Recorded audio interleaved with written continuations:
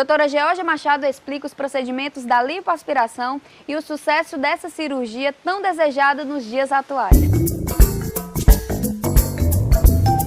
O número de mulheres e homens que procuram uma cirurgia plástica só aumenta no nosso Brasil. E hoje estou ao lado de uma grande cirurgiã plástica, doutora Georgia Machado, de referência no nosso Ceará. Tudo bem, doutora Georgia? Tudo ótimo, é um prazer novamente estar com vocês aqui respondendo as questões inerentes à lipoaspiração, né, que é o que a gente vai falar hoje. Hoje a gente vai conversar sobre lipoaspiração.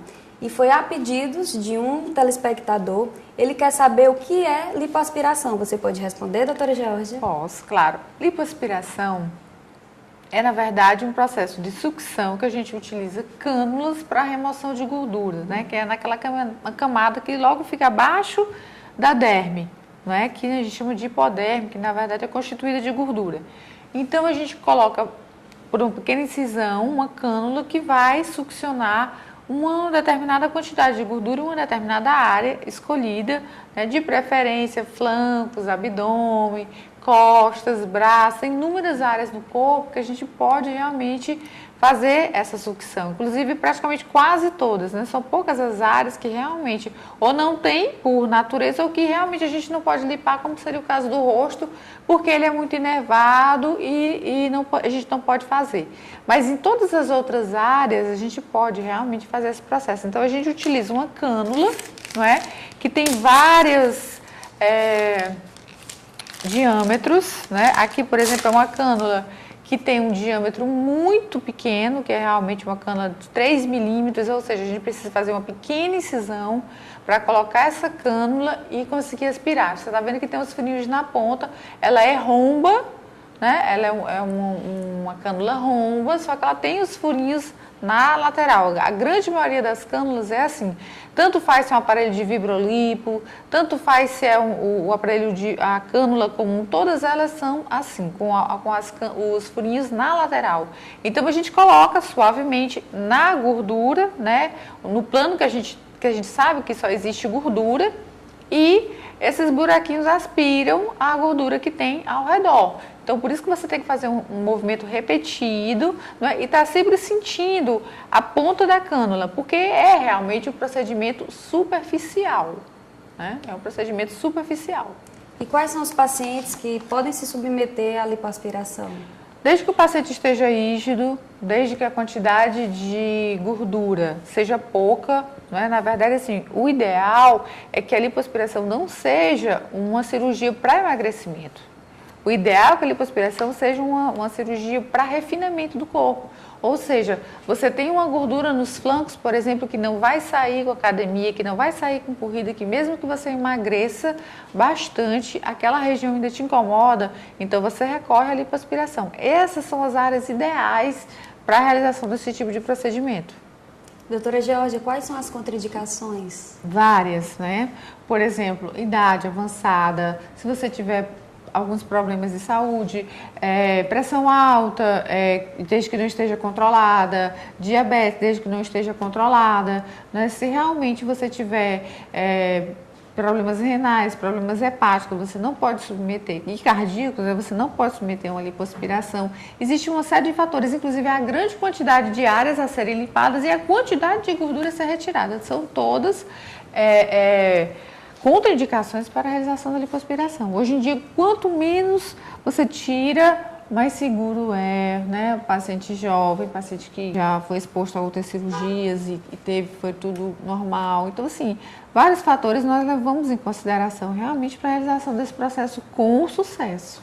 E o tipo de anestesia que ainda muita gente tem medo de saber qual o ideal, se você escolhe na hora, porque eu sei que tem toda uma conversa antes com o paciente na hora de uma avaliação. Isso, exatamente. Assim, muita gente chega aqui, doutora, eu quero fazer uma vibrolipo, uma lipolite, como se não fosse lipo, né? Como se o procedimento fosse totalmente diferente, e existe uma confusão enorme em relação a isso.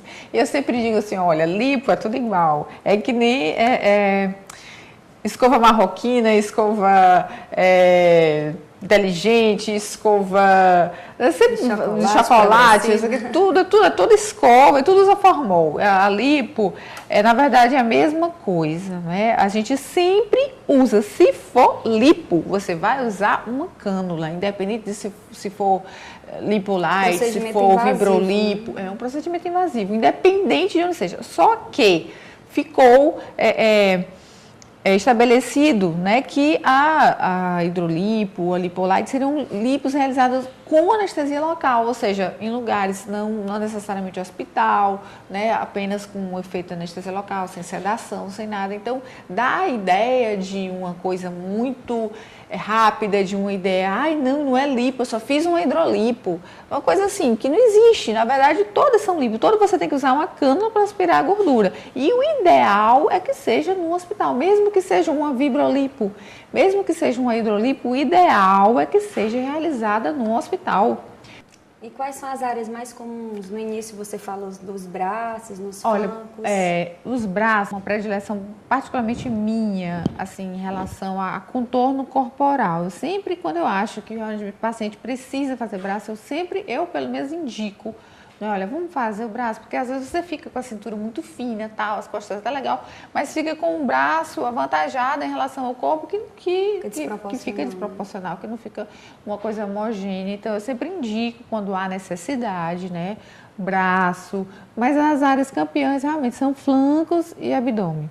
Né? Costas também, a gente gosta muito de limpar toda essa área, né? Toda a área aqui que passa acima do flanco, que é uma região que incomoda muito, essa área que fica aqui embaixo do sutiã, que assim, é muito queixosa, né? Dos pacientes.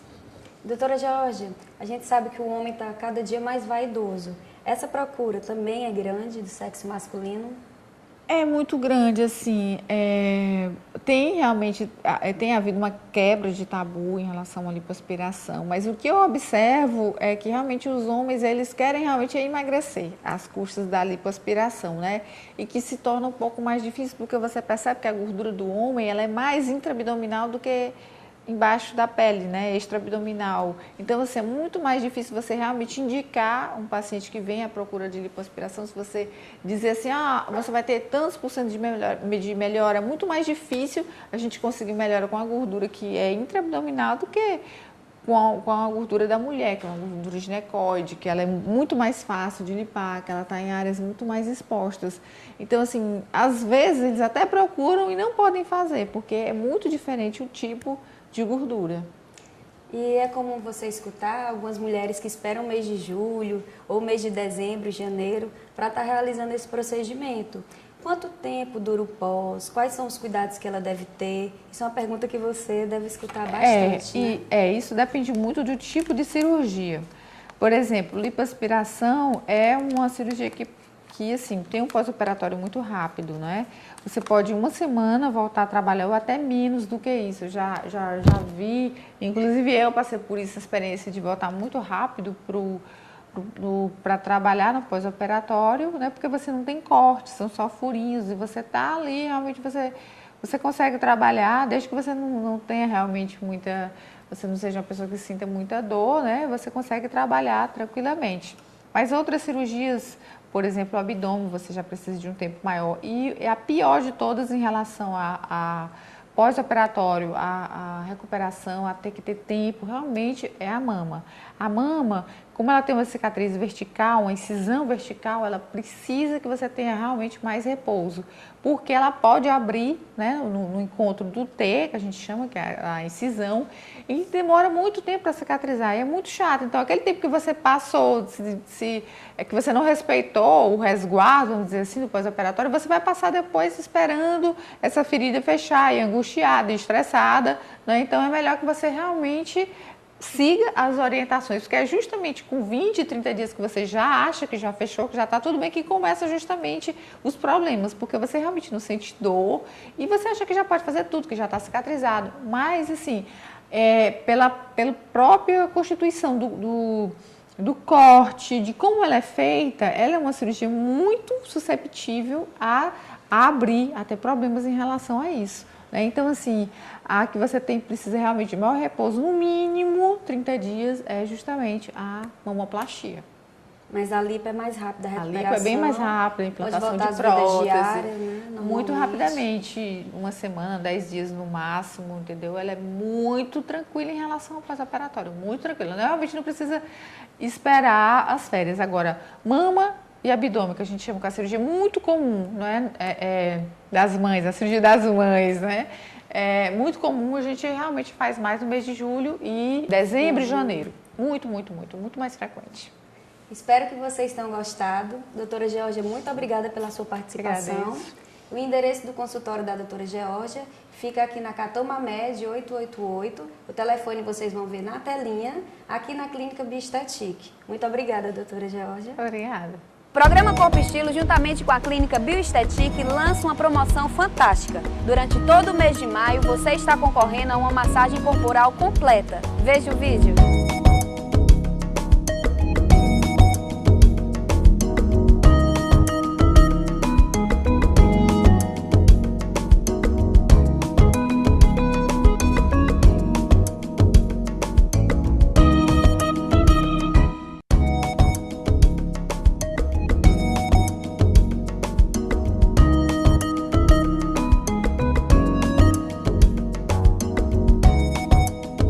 Você gostou?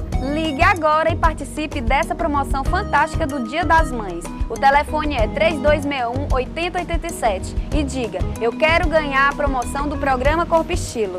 E você deixa o seu nome e o seu telefone e boa sorte!